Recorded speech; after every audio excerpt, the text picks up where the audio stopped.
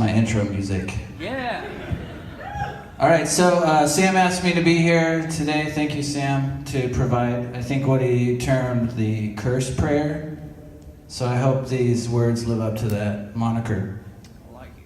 And I'm going to read it off these pages. So these are words from a page. Mudbirds parade through braided clouds, a light on shifting boughs, comfortably above stains of calligraphic distinction.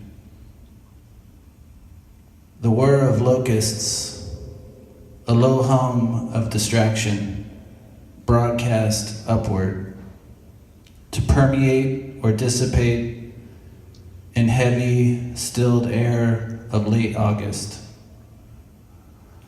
Flickering lamplight confides or reminds of the day's early morning services, or the wolfish grins of convenience store operators that dot two-lane highways, cutting through fields that join sky at far reaches of the horizon. The distance between forward, east, and west is unchanged. Long, thin clouds act as markers, signposts between static poles of magnetic pull, as wayward ghosts relent and continue. It's heavy. That's the first one. Honey and wheat, heavy water, elliptic plains broken by fire, riverbank views glimpsed through clouds of locusts that move as smoke and flit about the fire, forming plumes, shaping spires. Perennial grains tower in withered stalks, their ascension having ceased. They remain rooted in folds of controlled prairie growth under the vastness of open sky, meeting the haze of liquid tremble at the horizon of mid-afternoon heat. And a mud doctor talks to the ground with face flush to the grain and nose tickled by feathers of a freshly plucked game bird shot from the sky moments before a prognosis of drought, infestation, and cracked earth.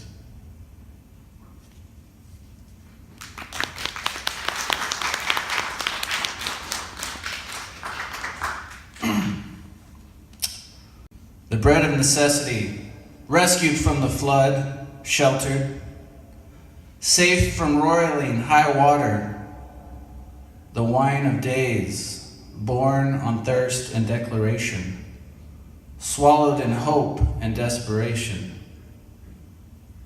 The roots of consumption reach down, long tendrils snake in search for anchor and respite.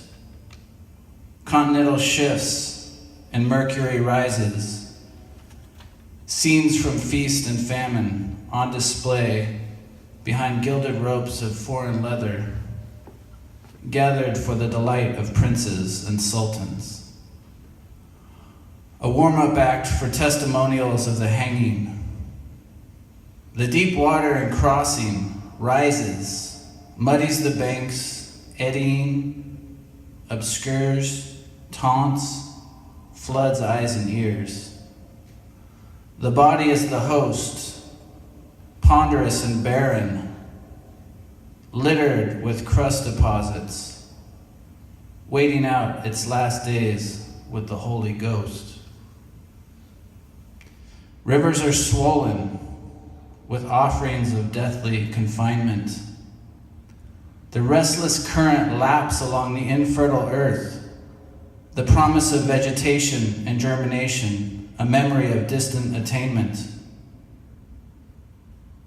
The fog of the ebb tide relieves the amnesia of the gathered throngs. The assembled begin to sing the first verses of newly remembered work songs. Swords hang above their bare heads, waiting to fall. The axe of judgment swings in ever-widening arcs, a brandished threat of atonement.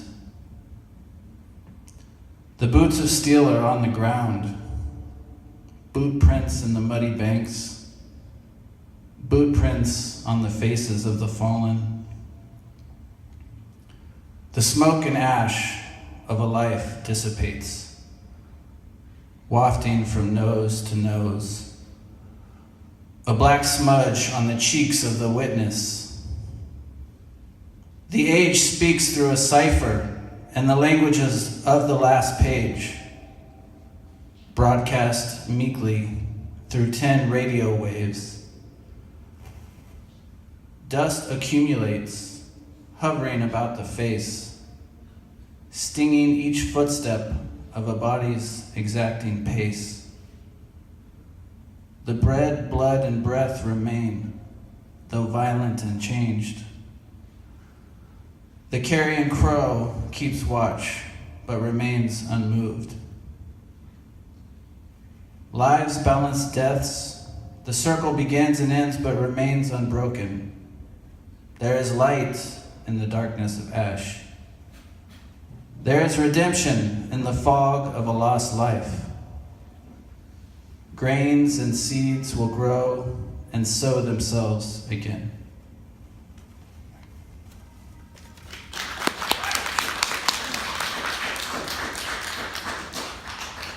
Thank you.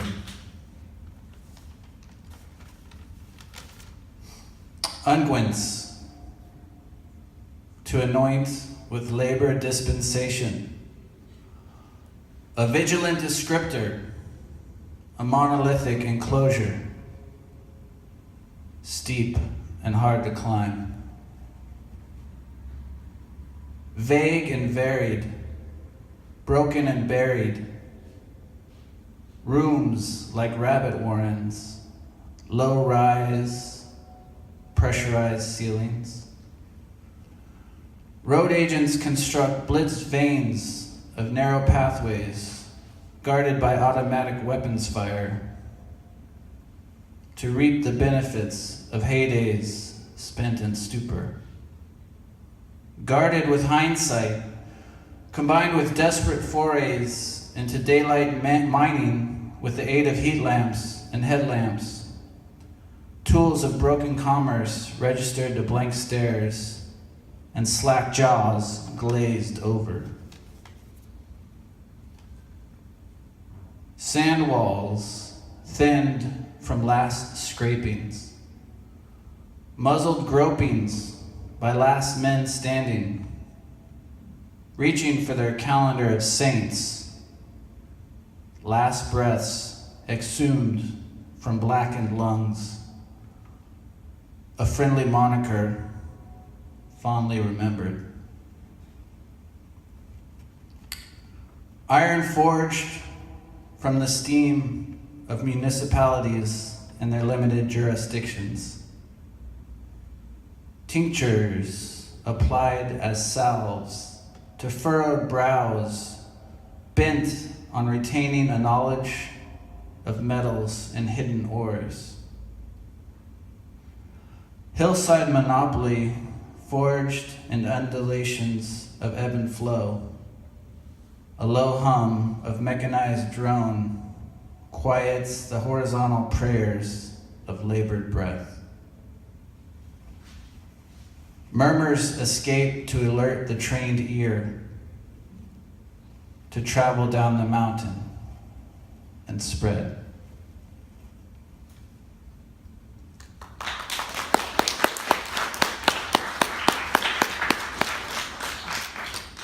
All right.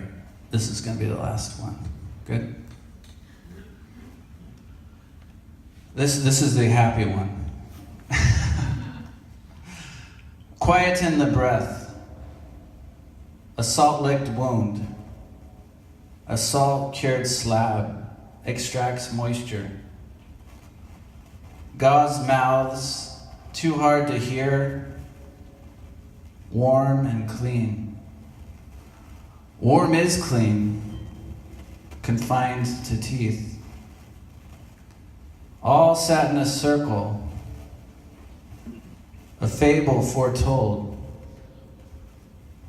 an affable indirection.